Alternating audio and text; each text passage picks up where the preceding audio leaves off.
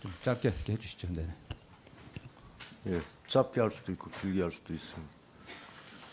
그 오전 청문회를 진행하면서 계속 제 휴대폰을 거의 뭐 계속 울려대서 확인을 했는데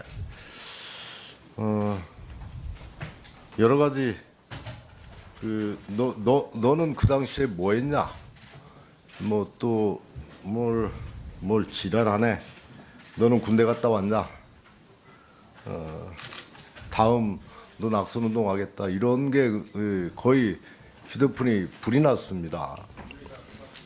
아마 의원님들이 다 그러실 것 같은데 정상적인 청문회가 진행되고 있고 그리고 문재인 정부의 초대 총리로서 과연 이낙연 후보가 정책이나 자질 또는 총리로서 능력이 있는지 이런 것들을 검증하고 당연하게 그 속에서 도덕성은 검증하는 거고 그런데 이런 식의 문자 폭탄이 계속되는 것들이 좀 답답합니다.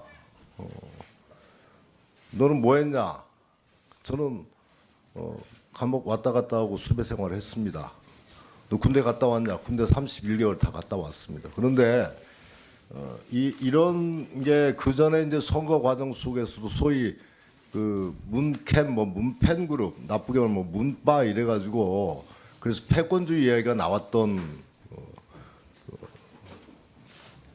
그런 과정이 있었는데 이 아마 뭐 우리 총리 후보자께서 이것을 뭐 일부러 조장한 것은 아니겠고 이런 식으로 이렇게 계속 문자 폭탄이 들어온 것에 대해서는 그 청문회 임하는 해 주실 것을 간곡하게 부탁드립니다. 정상적인 청문회가 정상적으로 진행됐으면 좋겠다 이런 바람을 말합니다. 아들의 병역과 관련해서 아까 자료 제출 요구를 했는데 위원장님 자료가 도착했나요? 그렇죠. 지금 방금 도착했습니다. 이제 김 의원 이건 뭐 빼주시고 사실은 자료를 제출하면 모든 의혹이 다 끝나는 문제입니다. 이것은 그러니까 제가 아까 말씀드린 대로 2002년 4월 9일 병역 면제 판정을 받은 후에 병원 진료 기록을 다 제출하시면 문제가 없는데 네, 결과가 있습니다. 병무청과 세브란스 병원에는 그러니까 자료를 후보님 자료를 저한테 갖다 주셔야지 후보님만 가지고 계셔서는 아니 그 자료 다 이게 좀 우리 김 의원 좀 약간 늦게 도착해 갖고요. 네. 죄송합니다. 네, 그 10분에 병무청과 도착했다고 세브란스 병원은 시간이 연한이 지나서 자료가 없다는 것이고요. 성무 기록의 의무 기록은 이미 제출을 했습니다. 그다음에 제가 시간이 없으니까요. 네네. 예, 계속하겠습니다. 일단 병역 처분 변경원이 2002년 4월 9일 이전에는 말하자면 병역을 면제받으려고 하는 노력들 속에서 변경원이 제출이 된 거고 그렇지가 그 않습니다. 이후에 그러면 진료 기록이나 이런 것들을 다 첨부해서 신검해서 유리한 판정을 받으려고 노력했던 정황들이 있거든요. 그런 거 다 인정을 하셔야 되고 그 이후에 탄원서를 내셨어요. 네. 탄원서는 뭐라고 쓰셨냐면 국방 의무를 수행치 못한다면 저와 제 자식은 평생을 두고 고통과 부끄러움에서 벗어나지 못할 것입니다. 이래서 국방 의무를 성실히 이행할 수 있도록 선처해 주시기 바랍니다. 이것이 저와 저 자식의 희망입니다. 이렇게 탄원서를 내셨어요. 네. 그러면 그 이후에 지금 아들 상태는 어떤가요? 지금 의사로 근무하고 있잖아요. 네, 정신과 의사 지금 시급 알바를 하고 있습니다만 조심하고 있습니다. 그러니까 그 이후에 어깨 탈구가 반복적으로 지속적으로 계속됐다라고 하면 충분히 가고 싶어도 못 가는 정황들이 인정이 됩니다. 그런데 지금 병역 관련된 의료 기록을 제출 안 하시니까 네, 거듭 말씀드리- 그 이후에 네. 그와 같은 이 어깨 탈구가 계속적으로 반복됐는지 어쩐지를 확인할 수가 없어요. 만약에 건강한 상태라고 하면 특별하게 조심만 하면 별 문제가 없는 상태라고 하면 후보자께서 그토록 고통과 부끄러움에서 벗어나지 못할 것입니다라고 탄원했던 것처럼 사실은 상황이 그러면 병역처분 변경원을 제출하면 됩니다. 다시 제출할 때는 내가 면제 판정을 받았지만 나 가고 싶으니까 나 현역으로 입대해 주십시오. 이렇게 변경원을 제출해서 가시면 되는 겁니다. 제가 이게 탄원서를 제출할 문제가 아니고 그 상태가 호전돼서 좋으면 가면 되는 건데 탄원서를 제출했던 것은요.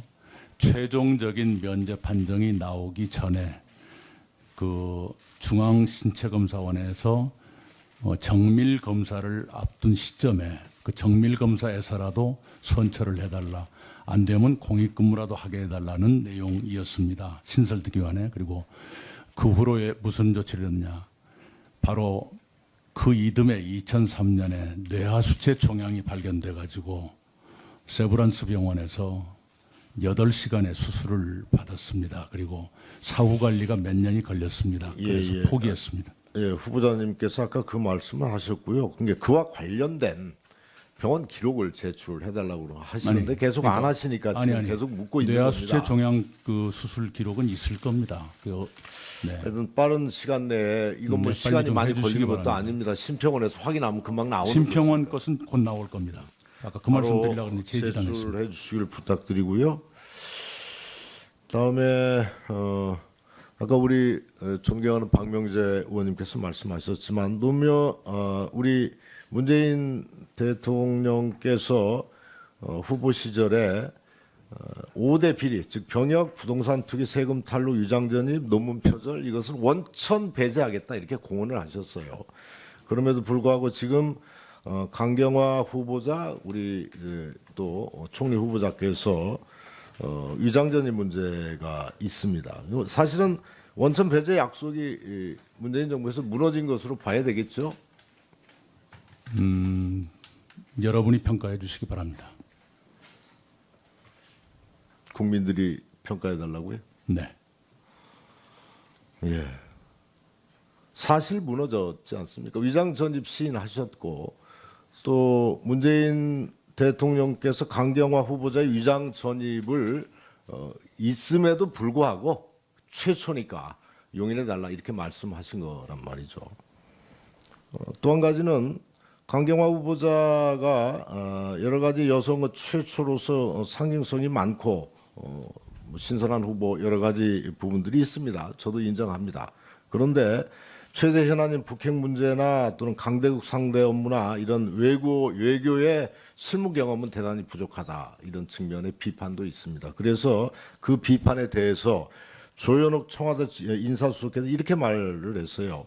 외교에 관한 부분은 사실상 혼자 하는 것이 아니고 그래서 청와대에 외교안보실장님도 있고 1차장도 있고 2차장도 있고 이렇게 말씀을 하셨더라고요. 그러면 사실은 책임 장관, 책임 내각은 무너진 것이라고 봐야 되는 거죠. 강경화 후보자가 청문을 통과해서 장관으로 임명된다 하더라도 강경화 후보자가 책임 장관의 역할은 사실상 수행하지 못하고 청와대의 안보실장의 도움을 받거나 간섭을 받을 수밖에 없다라고 하는 것을 스스로 이야기한 것이니까 책임 장관도 무너졌다고 봐야 되는 거죠. 여야 간에 당이 달라도 협치를 하는 세상인데 청와대와 내각이 협력하고 보완한다는 것이 책임 장관의 붕괴라고 봐야 된다는데 동의하기 어렵습니다. 예. 국무위원 재청권과 관련해서 말씀을 드리겠습니다. 강경화 후보자의 재청을 하시지는 않았겠고 총리 후보자니까 네. 후보자의 의견은 물어봤나요? 정하고 난 뒤에 발표하기 전에 제가 설명을 들었습니다. 발표하기 직전에 설명을 들으셨다. 네, 한 2, 3일 전에 들었습니다.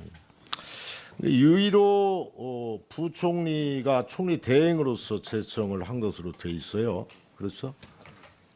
네, 그런 것이 아닌가 짐작합니다. 어쨌든 이게 국무위원 재청권도 사실은 정확히 헌법에 나와 있는 87조에 나와 있는 총리의 국무위원 재청권도 사실상 무너진 상황이다 이렇게 판단이 듭니다. 시간이 많지 않은데 지사 시절의 인사에 관해서 몇 가지 묻겠습니다. 중소기업지원센터 본부장의 우원식 현 더불어민주당 원내대표의 친형인 우천식 씨를 임명했어요. 맞죠? 네. 이경호 당시 비서관 선거법 위반으로 전과가 있는데 전라남도 정무특보로 발탁을 하셨어요. 네. 이것도 맞죠? 그다음에 이제 뭐 다 이거 좀 보시기 바랍니다.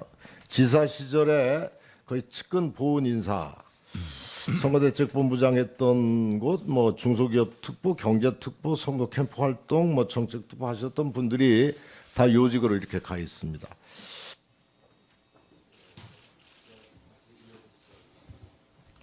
예. 네, 그 중에 대부분은 무급이라는 걸 참고로 말씀드립니다. 예. 김광수 의원님 네, 수고하셨습니다. 진행됐으면 좋겠다 이런 바람을 말합니다. 아들의 병역과 관련해서 아까 자료 제출 요구를 했는데 위원장님 자료가 도착했나요? 우리 저 예, 저김 의원 이건 뭐 빼주시고 사실은 자료를 제출하면 모든 의혹이 다 끝나는 문제입니다. 이것은 그러니까 제가 아까 말씀드린 대로 2002년 4월 9일 병역 면제 판정을 받은 후에 병원 진료 기록을 다 네, 제출하시면 문제가 없는데 네, 결과가 있습니다. 병무청과 세브란스 병원에는 그러니까 자료를 후보님 자료를 저한테 갖다 주셔야지 후보님만 가지고 계셔서는 아니 그 자료 다 이게 이게 좀 우리 김 의원 좀 약간 늦게 도착해 갖고요. 네. 죄송합니다. 네, 그 10분에 병무청과 도착했다고 세브란스 병원은 시간이 연한이 지나서 자료가 없다는 것이고요. 성무 기록의 의무 기록은 이미 제출을 했습니다. 그다음에 건강 시간 좀 짧게 이렇게 해주시죠. 네. 예, 짧게 할 수도 있고 길게 할 수도 있습니다. 그 오전 청문회를 진행하면서 계속 제 휴대폰을 거의 뭐 계속 울려대서 확인을 했는데 여러 가지 그 너는 그 당시에 뭐 했냐 뭐 또 뭘 지랄하네 너는 군대 갔다 왔냐 다음 너 낙선운동 하겠다 이런 게 거의 휴대폰이 불이 났습니다. 아마 의원님들이 다 그러실 것 같은데 정상적인 청문회가 진행되고 있고 그리고 문재인 정부의 초대 총리로서 과연 이낙연 후보가 정책이나 자질 또는 총리로서 지금 의사로 근무하고 있잖아요. 네, 정신과 의사 지금 시급 알바를 하고 있습니다만 조심하고 있습니다. 그러니까 그 이후에 어깨 탈구가 반복적으로 지속적으로 계속됐다라고 하면 충분히 가고 싶어도 못 가는 정황들이 인정이 됩니다. 그런데 지금 병역 관련된 의료 기록을 제출 안 하시니까 네, 거듭 말씀드리- 그 이후에 네. 그와 같은 이 어깨 탈구가 계속적으로 반복됐는지 어쩐지를 확인할 수가 없어요. 만약에 건강한 상태라고 하면 특별하게 조심만 하면 별 문제가 없는 상태라고 하면 후보자께서 그토록 고통과 부끄러움에서 벗어나지 못할 것입니다라고 탄원했던 것처럼 사실은 상황이 그러면 병역 처분 변경원을 제출하면 됩니다. 다시 제출할 때는 내가 면제 판정을 받았지만 나 가고 싶으니까 나 현역으로 입대해 주십시오. 이렇게 변경원을 제출해서 가시면 되는 겁니다. 제가 이 탄원서를 능력이 있는지 이런 것들을 검증하고 당연하게 그 속에서 도덕성은 검증하는 거고 그런데 이런 식의 문자 폭탄이 계속되는 것들이 좀 답답합니다. 너는 뭐 했냐? 저는 감옥 왔다 갔다 하고 수배 생활을 했습니다. 너 군대 갔다 왔냐? 군대 31개월 다 갔다 왔습니다. 그런데 이런 게 그 전에 이제 선거 과정 속에서도 소위 그 문캠 뭐 문펜 그룹 나쁘게 말하면 뭐 문바 이래가지고 그래서 패권주의 이야기가 나왔던 그런 과정이 있었는데 이 아마 뭐 우리 총리 후보자께서 이것을 뭐 일부러 조장한 것은 아니겠고 이런 식으로 이렇게 계속 문자 폭탄이 들어온 것에 대해서는 그 청문회 임하는 이해해 주실 것을 간곡하게 부탁드립니다. 정상적인 청문회가 정상적으로 시간이 없으니까요. 네네. 예, 계속하겠습니다. 일단 병역 처분 변경원이 2002년 4월 9일 이전에는 말하자면 병역을 면제받으려고 하는 노력들 속에서 변경원이 제출이 된 거고 그렇지가 그 않습니다. 이후에 그러면 진료 기록이나 이런 것들을 다 첨부해서 신검해서 유리한 판정을 받으려고 노력했던 정황들이 있거든요. 그런 거 다 인정을 하셔야 되고 그 이후에 탄원서를 내셨어요. 네. 탄원서는 뭐라고 쓰셨냐면 국방 의무를 수행치 못한다면 저와 제 자식은 평생을 두고 고통과 부끄러움에서 벗어나지 못할 것입니다. 이래서 국방 의무를 성실히 이행할 수 있도록 선처해 주시기 바랍니다. 이것이 저와 저 자식의 희망입니다. 이렇게 탄원서를 내셨어요. 네. 그러면 그 이후에 지금 아들 상태는 어떤가?